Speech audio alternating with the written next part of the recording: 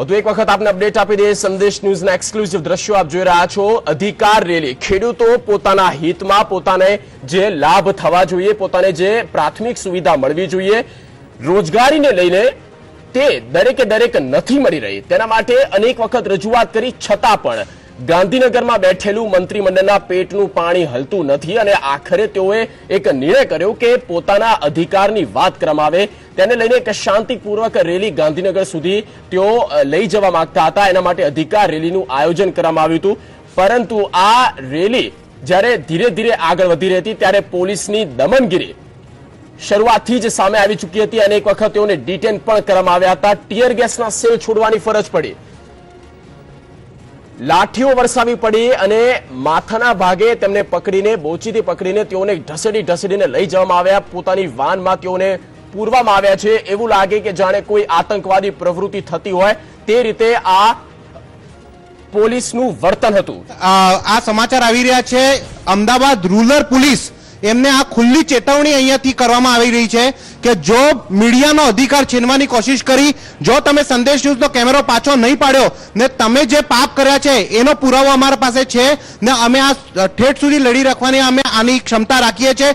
જો તમે આ રીતે તમે ખેડૂતો ઉપર અત્યાચાર કર્યા છે ને એ અત્યાચારના વિઝ્યુઅલ અમારા કેમેરામાં છે, તમે આ કેમેરો ના છીનવી શકો। આ તમામ વસ્તુ જે અત્યારે રૂરલ પોલીસ કરી રહી છે, અમે ખુલ્લી વાત કરી રહ્યા છીએ જનતા સામે કે આગામી દિવસોમાં જનતાનો ક્રૂર આક્રોશ તમારા સામે ભોગવવો પડશે, કેમ કે જે રીતે તમે ખેડૂતો ઉપર અત્યાચાર કર્યા છે, ખેડૂતો શાંતિ રીતે એમની ટ્રેક્ટરની રેલી કાઢી રહ્યા છે અને મીડિયાવાળા જે છે એમાં સંદેશ ન્યૂઝ જે છે શાંતિથી આની કવરેજ કરી રહ્યું હતું। તો આખિર અમદાવાદ રૂરલ પોલીસને એવી શું નોબત આવી ગઈ કે સંદેશ ન્યૂઝનો કેમેરો એમને છીનવો પડ્યો, કેમ અમારા રિપોર્ટર ઉપર માર મરાયો, આ તમામ વસ્તુ છે। જો આ રીતે જો મીડિયાની આવાજ દબાવવામાં આવશે તો મીડિયા પછી એમનું કામ કરશે અને આ વાત આની આવાજ જે છે એ ઠેઠ સુધી સરકાર સુધી પહોંચવામાં આવશે અને એ પણ ના થયું તો હાઈકોર્ટ સુધી અમે લડી લઈશું। પણ આ જે કર્યું છે તદ્દન ખોટી વાત છે। કોઈ પણ કેમેરો છીનવાનો અધિકાર પોલીસ પાસે હોતો નથી। આ ચોથી જાગીર છે અને આ રીતે ડેમોક્રેટિકમાં લોકતંત્રમાં આ રીતે જો મીડિયાના દબાવવામાં આવશે તો મીડિયા ડબલ એમની જોશ સાથે એમને સામે ઊભી રહેશે।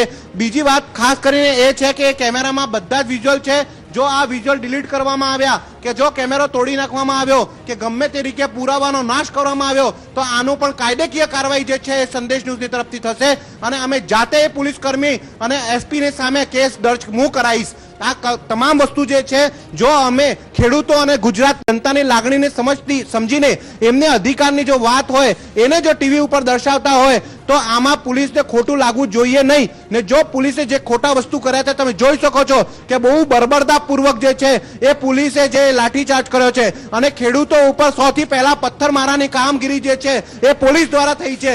અમે ડીજીપી પીપી પાંડેને પૂછવા માંગીશું અને સાથે જ અત્યારે જ હું મારી ટીમને કહું છું કે આના માટે હોમ મિનિસ્ટર પ્રદીપસિંહ જાડેજાને ફોન અત્યારે હાલ લગાવવામાં આવશે કે આવી રીતે આવી તમને અધિકાર કોણે આપ્યા કે તમે મીડિયાનો કેમેરો છીનવી લો, આવા અધિકાર કોણે આપ્યા કે તમે પથ્થરમારો કરો, આવા અધિકાર કોણે આપ્યા કે તમે અનશન ત્યાં લાઠીચાર્જ કરો।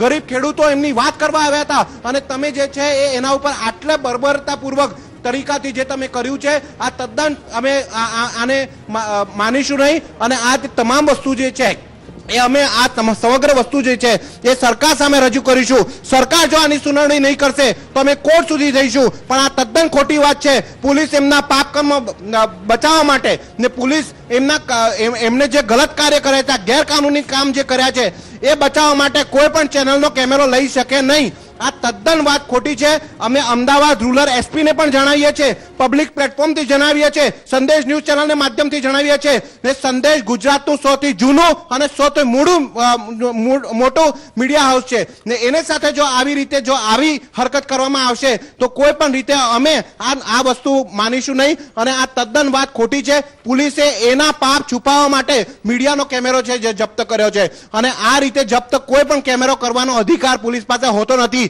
સામાન્ય રીતે જે ખેડૂતો છે એ માત્ર ને માત્ર ત્યાં એમની રેલી કરી રહ્યા હતા, શાંતિપૂર્વક રેલી કરી રહ્યા હતા, એમને એમની રજૂઆત કરવા માટે જઈ રહ્યા હતા અને આ બધા જ ખેડૂતો જે છે ગાંધીનગરમાં બેઠેલા બાબુઓથી ત્રસ્ત થઈ ચૂક્યા હતા. એમને પાણી નહીં મળતું હતું. સરકાર મોટી મોટી વાતો કરે છે કે અમે પાણી આપીએ છીએ ખેડૂતોને, પણ ખેડૂતોને પાણી નથી મળતું. એના કારણે ખેડૂતો જે છે એ એમની રેલી કરી રહ્યા છે.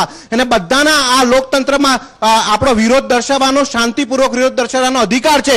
પણ આ જે બલપૂર્વક કામ કર્યું છે, આ જે તાનાશાહી પોલીસે કરી છે, એ બિલકુલ અમે માનીશું નહીં. અને આ તાનો અમે આની ઘોર નિંદા કરીએ છીએ. આનો અમે વિરોધ કરી રહ્યા છે કે પોલીસે જે ખેડૂતો ઉપર કર્યું છે એના પુરાવા નાશ કરવા માટે સંદેશ ન્યૂઝનો કેમેરો છીનવી લીધો છે. ને આ સમગ્ર મામલો અમે આ ઠેઠ સુધી લડી લેવાના અમે અત્યારે આનો મક્કમ ઈરાદો અમે ધરાવ્યો છે. અમે પીપી પાંડે સાહેબને રજૂઆત કરી રહ્યા છે. અમે ગૃહમંત્રી જે છે પ્રદીપસિંહ જાડેજા એમને રજૂઆત કરી રહ્યા છે કે જો આ પોલીસ આવી રીતે તાનાશાહી કરશે, જો મીડિયા ઉપર આક્રમણ કરશે, જો મીડિયાના કેમેરા છીનશે, જો રિપોર્ટર કેમેરામેનને હેરાન કરશે, તો અમે કોઈ પણ વસ્તુ આ માનવાના નથી. અને ગુજરાતની પ્રજા સાથે તમારા સાથે વિરોધ કરીશું. આ એક મોટી વસ્તુ છે. અમે મુખ્યમંત્રી વિજયભાઈ રૂપાણીને પણ આ વસ્તુ કર્યા છે કે આ તમારી પોલીસ અને તમારા લોકોએ બહુ ખોટું કામ કર્યું છે. ને આ રીતે કોઈ પણ મીડિયાને દબાવવાનો પ્રયાસ કરશો તો અમે આ વસ્તુ ચલાવી ના લેવાય. આ બહુ ખોટી વાત છે. અને અમે હજુ પણ કહી રહ્યા છે, પબ્લિકને પ્લેટફોર્મથી કહી રહ્યા છે